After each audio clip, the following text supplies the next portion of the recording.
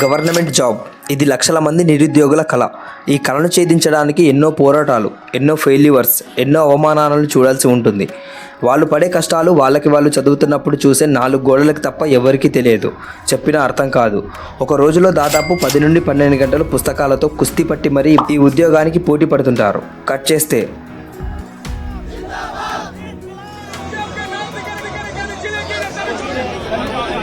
వీళ్ళంతా ఎవరు? అసలు రోడ్ల మీదకి వచ్చి ధర్నాలు ఎందుకు చేస్తున్నారని అనుకుంటున్నారా? చెప్తాను వినండి. స్టోరీలోకి వెళ్లే ముందు మీరు మన ఛానల్ని కొత్తగా విజిట్ చేసినట్లయితే ప్లీజ్ సబ్స్క్రైబ్. ఇక without any delay let's get in to video. SSC staff selection commission ఈ బోర్డు దేశంలోకి వివిధ రకాల మినిస్ట్రీస్ కిందకు వచ్చే గ్రూప్ బి, గ్రూప్ సి పోస్టులకు సంబంధించిన నోటిఫికేషన్ను ప్రతి సంవత్సరం రిలీజ్ చేస్తుంది.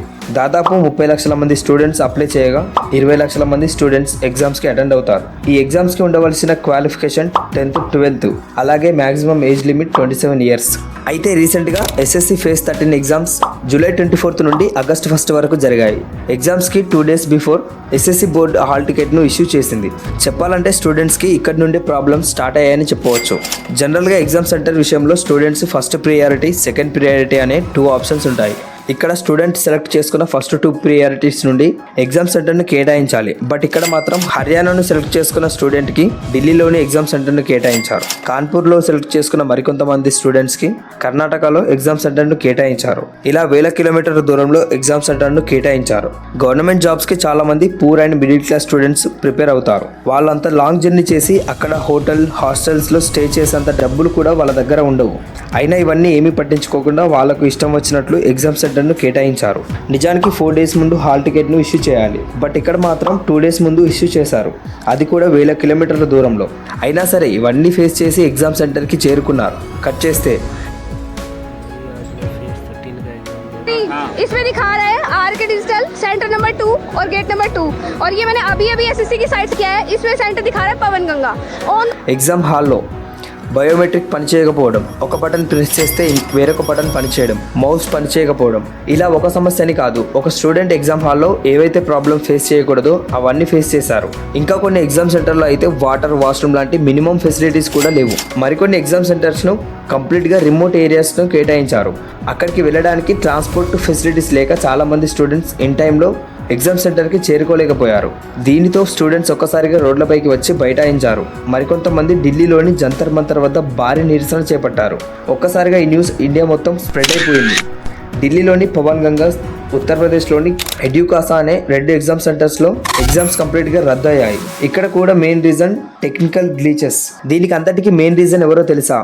ఎడ్యుకేటివ్ కెరియర్ టెక్నాలజీస్ అనే ఒక ప్రైవేట్ కంపెనీ. ఈ కంపెనీనే ప్రజెంట్ ఎస్ఎస్సి ఎగ్జామ్స్ను కండక్ట్ చేస్తుంది. యాక్చువల్గా ఎస్ఎస్సి బోర్డు దగ్గర ఎగ్జామ్స్ను కండక్ట్ చేయడానికి కావాల్సిన సాఫ్ట్వేర్ లేదు. సో ఇలా ప్రైవేట్ కంపెనీస్తో కండక్ట్ చేసుకొని అప్పగిస్తుంది. టీసీఎస్, టాటా కన్సల్టెన్సీ సొల్యూషన్ అనే కంపెనీ కండక్ట్ చేసింది. 2025 ఏప్రిల్లో ఎస్ఎస్సి బోర్డు ఎడ్యుకేటీతో కాంటాక్ట్ చేసుకుంది. ఇక్కడ ఎగ్జామ్ సెంటర్ను కేటాయించింది కూడా ఎడ్యుకేటీనే. నిజానికి ఎడ్యుకేటీ అనే కంపెనీ బ్లాక్ లిస్ట్లో ఉంది. రీజన్, ఇది ఇంతకుముందు కండక్ట్ చేసిన ఒక్క ఎగ్జామ్స్ను కూడా ఫెయిర్గా కండక్ట్ చేయలేదు, అంటే పేపర్ లీక్స్ అయ్యాయి. ఎగ్జాంపుల్, 2020లో కండక్ట్ చేసిన మధ్యప్రదేశ్ టీఈటీ ఎగ్జామ్, 2023లో మహారాష్ట్రలో కండక్ట్ చేసిన ఎంబీఏ సిఈటీ ఎగ్జామ్లు. ఈ కారణాల చేత ప్రజెంట్ కూడా ఎడ్యుకేట్ అనే కంపెనీ బ్లాక్ లిస్ట్లోనే ఉంది. అయినా సరే ఎందుకు అప్పగించారని స్టూడెంట్ క్వశ్చన్స్ చేస్తున్నారు. తిరిగి మళ్ళీ టీసీఎస్కి అప్పగించాలని డిమాండ్ చేస్తున్నారు. ఇలా రోడ్లపైకి వచ్చిన స్టూడెంట్స్కి ఎడ్యుకేషన్ నుండి పూర్తి మద్దతు ఉంది. ఇంత గందరగోళంలో జరిగిన ఎగ్జామ్స్ను రద్దు చేయాలని డిమాండ్ చేయడంతో ఈ నిరసన దేశం మొత్తం చర్చానీయాంశంగా మారాయి. ఈ నిరసనలకు ప్రతిస్పందనగా ఎస్ఎస్సి చైర్మన్ గోపాలకృష్ణ గారు స్పందిస్తూ రీసెంట్గా జరిగిన ఎస్ఎస్సి ఫేజ్ 13 ఎగ్జామ్ను రద్దు చేయలేమని, బట్ ఎగ్జామ్లో అన్యాయం జరిగిందని అభ్యర్థులకు రీటెస్ట్ కండక్ట్ చేస్తామని చెప్పారు. ఎగ్జామ్ కండక్ట్ చేయడంలో జరిగిన తప్పులను ఆయన అంగీకరించారు. ఇక ముందు ఇలాంటి పొరపాటు జరగవని హామీ ఇచ్చారు. ఏది ఏమైనా ఎస్ఎస్సి అభ్యర్థులకు న్యాయం జరగాలని కోరుకుందాం. అయినా మన దేశంలో ఈ పేపర్ లీక్ అవ్వడాలు, చీట్ చేయడాలు కొత్తేమీ కాదు. బట్ ఇన్ని రోజులు సెంట్రల్ ఎగ్జామ్స్ అయినా నిజాయితీగా జరుగుతాయన్న నమ్మకం ఉండేది. బట్ ఇదంతా చూస్తుంటే ఉన్న నమ్మకం కూడా పోతుంది. ఈ ఇష్యూస్ పై మీ అభిప్రాయాన్ని కామెంట్ సెక్షన్లో తెలపండి. వీడియో నచ్చితే లైక్ చేసి మన ఛానల్ని సబ్స్క్రైబ్ చేసుకోండి.